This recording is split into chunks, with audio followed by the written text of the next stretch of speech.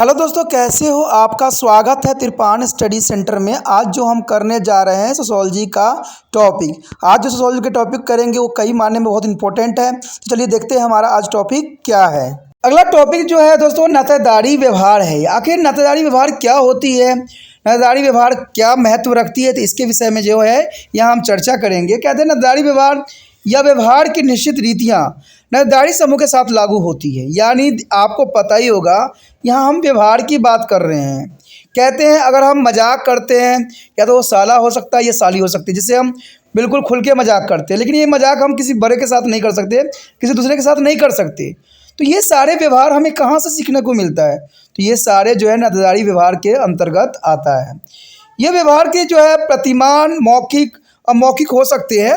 नातेदारी कुछ रीतियाँ निम्न प्रकार से हैं। जैसे आपको पता है इसके रीति रिवाज के साथ भी नातेदारी के व्यवहारों को जोड़ा गया है। तो सबसे पहले बात हमारे समक्ष यही आता है परिहार। परिहार का मतलब क्या है? कहते हैं ये व्यवहार की ऐसी रीति है जिसमें कुछ नातेदारों के साथ निकट अंतः क्रियाएं करने के लिए कुछ प्रतिबंध लगे होते हैं। हिंदुओं में ऐसे प्रतिबंध के कारण नातेदार एक दूसरे के साथ सीधी बात नहीं करते हैं, वे उनके साथ भौतिक संपर्क टाल देते हैं, उसे परिहर कहते हैं। जैसे आपको पता ही कि बहुत ही ऐसी चीज़ें होती है जहाँ पर पर्दा करना होता है अपने से बड़े को, तो ये हम परिहार के रूप में देख सकते हैं।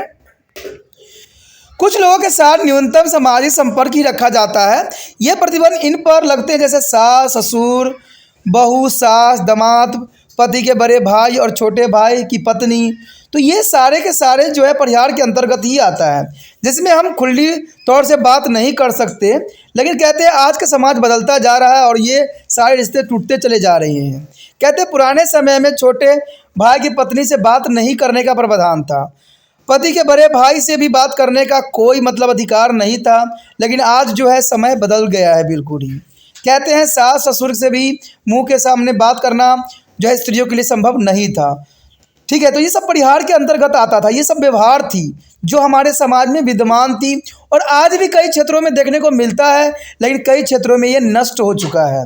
कहते हैं परिहार संबंध क्या है? अब परिहास संबंध के अंतर्गत आता है। परिहास का अर्थ ये हंसी मजाक। यानी मैं पहले ही बता चुका हूँ, कुछ चीज़ें जो होती है जिससे हमें दूर होना होता है, किसी चीज़ से हमें बहुत काफ़ी निकट ला देती है। परिहास का अर्थ ही होता है हंसी मजाक। कुछ नातेदार ऐसे होते हैं जिनकी बड़ी प्रतिष्ठा होती है और उनके साथ हंसी मजाक करना अपेक्षित व्यवहार माना जाता है। परिहास संबंध दो व्यक्तियों के बीच वह संबंध है जिसमें एक व्यक्ति के प्रथा द्वारा यह छूट रहती है अथवा किसी समय कभी कभी उसे अपेक्षा भी की जाती है वह दूसरे व्यक्ति के साथ हंसी मजाक करे और दूसरे से यह अपेक्षा की जाती है कि वह बुरा न माने। जैसे जीजा साली की संबंध हो सकता है। तो ये सारी चीज़ें जो है परिहास संबंध के अंतर्गत आता है, जिसमें यहाँ पर व्यवहार जो है बदल जाता है। तो यही जो है व्यवहार जो है इंसानों को जीवन में एक नया उमंग और नई खुशी लेके आता है। लेकिन कहते हैं समय के साथ ही सारे प्रयास हो या परिहार हो, दोनों ही जो है अपना रूप बदल चुके हैं। उसके पश्चात आता है अनुसंततित संबोधन। ये सब व्यवहार के अंतर्गत ही आ रहा है। कहते हैं नातेदारी के बीच में जब किसी माध्यम से संबोधन किया जाता है तो अनुसंततित संबोधन होता है। संबोधनों का यह माध्यम संतान होती है। यानी हम डायरेक्ट कहते हैं हमारे समाज में पति को डायरेक्ट नाम नहीं लिया जाता है, उसको जो है उसका संतान के नाम से नाम लिया जाता है। इसे संबोधन कहते हैं। पति अपनी पत्नी के साथ पत्नी पति के पुत्र या पुत्री के माध्यम से संबोधन करते हैं।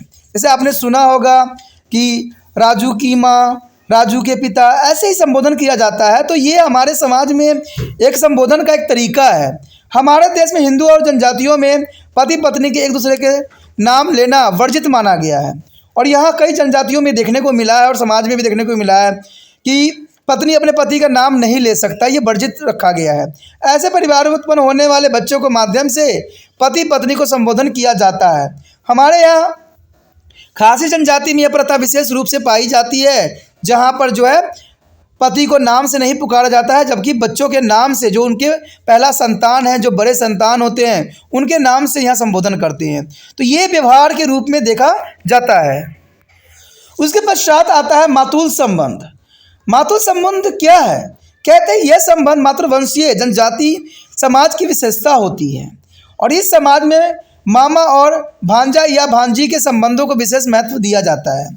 मातृवंशी परिवार में मामा पारिवारिक मामलों का निर्णायक होता है और यह भांजे भांजियों के लिए भी स्नेह का पात्र हो सकता है। तो ये मातृ संबंध के अंतर्गत आता है, जिसमें मातृ के जो माता का भाई होता है उससे संबंध रखा जाता है, जिसमें वो निर्णायक होता है और उसकी बातें जो है भांजा भांजी और स्नेह का पात्र भी होता है। उसके बाद पितृवंशीय अधिकार, जिसमें निर्धारक को संबंध माता संबंधों का विपरीत होता है, यानी माता से संबंध यहाँ पर नहीं होता है। इन संबंधों में माता के भाई के स्थान पर पिता की बहन का स्थान महत्वपूर्ण होता है। ठीक है, ये संबंध मातृवंशीय परिवार की विशेषता है। हमारे देश की चोटा जनजाति में दाह संस्कार का अधिकार बुआ को प्राप्त है। तो देखिए ये जो है पितृवंशीय अधिकार के अंतर्गत आता है, जहाँ पर जो है चोटा जनजाति में दाह संस्कार का अधिकार जो है बुआ को जाता है। उसके पश्चात आता है कुवैत।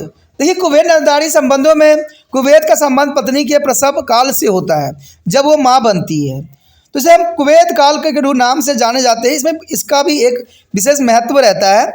इस प्रथा के अनुसार जब पत्नी प्रसव पीड़ा का अनुभव करे तो प्रसव काल में रहे तो उसके पति के लिए यह आवश्यक है कि वह भी इस अवसर पर प्रसव पीड़ा की अनुभूति व्यक्त करे और अपनी पत्नी की तरह प्रसव काल को गुजारे।